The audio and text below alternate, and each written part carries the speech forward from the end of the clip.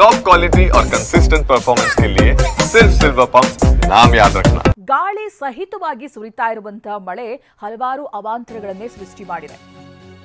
ಕಾರ್ನ ಮೇಲೆ ಮರ ಬಿದ್ದಿದೆ, ಪ್ರಯಾಣಿಕರು ಅದೃಷ್ಟವಶಾತ್ ಬಚಾವಾಗಿದ್ದಾರೆ.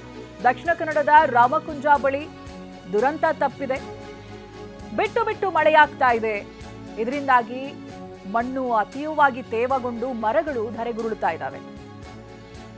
ಅಬ್ದುಲ್ ರಹಿಮಾನ್, ರಮ್ಲಾನ್, ಅಬ್ಬಾಸ್ ಪಾರಾಗಿದ್ದಾರೆ. ಮರ ಬೀಳುವಂತ ಶಬ್ದ ಕೇಳಿ ಕೆಳಗಿಳಿದು ಓಡಿ ಹೋಗ್ತಾರೆ. ಇಲ್ಲ ಅಂದಿದ್ರೆ ದೊಡ್ಡ ಅನಾಹುತನೇ ನಡೆದು ಹೋಗ್ತಾ ಇತ್ತು.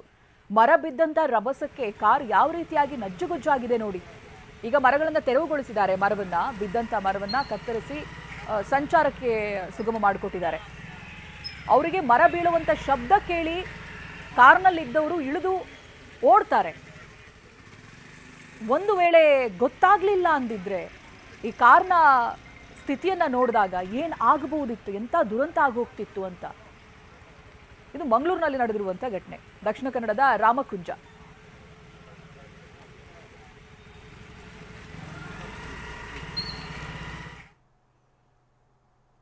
ಇನ್ನು ಹಾಸನದಲ್ಲೂ ಕೂಡ ಮಳೆಯ ಆರ್ಭಟ ಜೋರಾಗಿದೆ. ಹೇಮಾವತಿ ನದಿ ತುಂಬಿ ಹರಿತಾ ಇದೆ. ಮಳೆಗೆ ಹೇಮಾವತಿ ನದಿ ಭರ್ತಿಯಾಗಿದೆ. ಹೇಮಾವತಿ ಜಲಾಶಯದ ಒಳಹರಿವಿನಲ್ಲಿ ಏರಿಕೆಯಾಗಿದೆ. ಒಂದೇ ದಿನಕ್ಕೆ 8,004 ಕ್ಯೂಸೆಕ್ ಒಳಹರಿವು ಹೆಚ್ಚಳವಾಗಿದೆ. 8,004 ಕ್ಯೂಸೆಕ್ ಒಂದು ದಿನಕ್ಕೆ ಒಳಹರಿವು ಹೆಚ್ಚಳ ಆಗಿರೋದು.